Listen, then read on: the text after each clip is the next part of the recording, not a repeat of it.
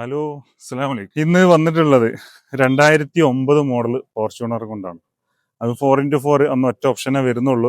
ടോപ്പിന്റെ മോഡൽ മാത്രമേ വരുന്നു. അത് റീ രജിസ്ട്രേഷൻ ആണ്. റീ രജിസ്ട്രേഷൻ പൊതുവെ ഞാൻ എടുക്കലില്ല. പക്ഷെ ഇതിങ്ങനെ എക്സ്ചേഞ്ച് നമ്മൾ വന്നപ്പോൾ നമ്മൾ എടുത്തതാണ്. പക്ഷെ വണ്ടി കുഴപ്പമില്ല, നല്ല വാഹനമാണ്. മെക്കാനിക്കൽ ഫുൾ ഫിറ്റ് ആണ്.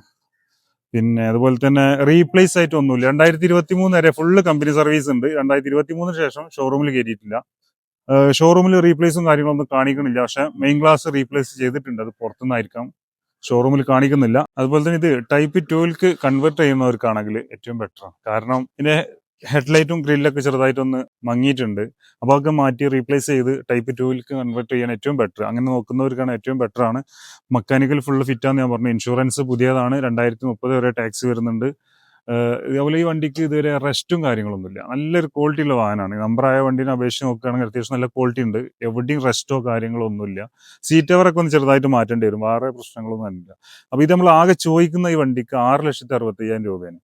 അപ്പോൾ അതിന് ലോൺ എത്ര കിട്ടുമെന്ന് എനിക്കറിയില്ല. കറക്റ്റ് ഞാൻ വണ്ടി ഇതുവരെ ചെയ്തിട്ടില്ല, അതുകൊണ്ടാണ്.